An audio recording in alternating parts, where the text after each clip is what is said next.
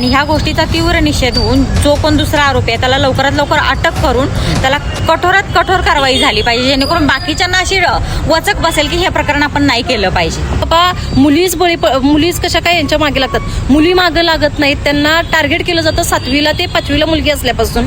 त्या मुलगीचं brain wash केलं जातं. त्या मुलगीला आपल्या धर्म कसा आहे, हिंदू धर्म खराब आहे आणि मुस्लिम धर्म चांगला आहे असे जिहादी त्यांना शिकवतात. महिलांना आवाहन करा, सतर्क राहा, जागरूक व्हा आणि आपल्या धर्माबद्दल नॉलेज जास्त घ्या.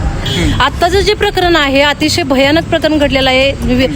20पेक्षा जास्त मुलींना टार्गेट करून त्यांचे सोशल मीडियाच्या माध्यमातून एकमेकाला व्हिडिओ शेअर केले गेलेले आहेत. लव जिहादचे जे प्रकरण आहे अतिशय भयानक कोल्हापूरमध्ये यांचा जे विटोळा म्हणतात तसं कोल्हापूर जिल्ह्याला घातलेला आहे.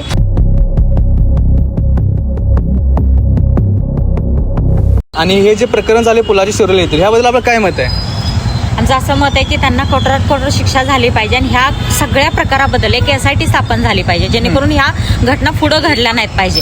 आणि ह्या गोष्टीचा तीव्र निषेध होऊन जो कोण दुसरा आरोपी आहे त्याला लवकरात लवकर अटक करून त्याला कठोरात कठोर कारवाई झाली पाहिजे, जेणेकरून बाकीच्यांना अशी वचक बसेल की हे प्रकरण आपण नाही केलं पाहिजे.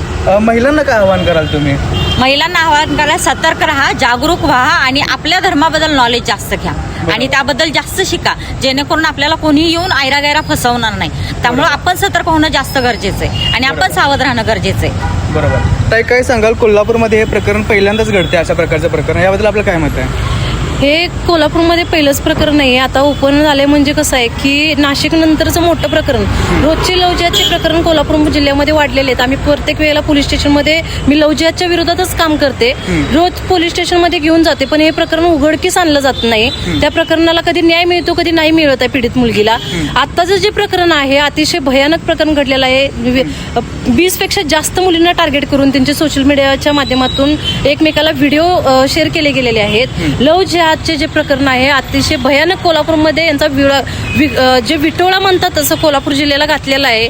तर मुली ज्या आहेत त्या हातनाक बळी पडत आहेत. त्या मुलींनी बळी पडायला नको पाहिजे. आपला धर्म काय आहे, आपली जात काय आहे, त्यांची ओळख असं सोशल मीडियाच्या माध्यमातून बाईटमध्ये कमेंटमध्ये येतं की बाबा मुलीच कशा काय यांच्या मागे लागतात, मुली मागे लागत नाहीत. त्यांना टार्गेट केलं जातं 7वीला ते 5वीला मुलगी असल्यापासून.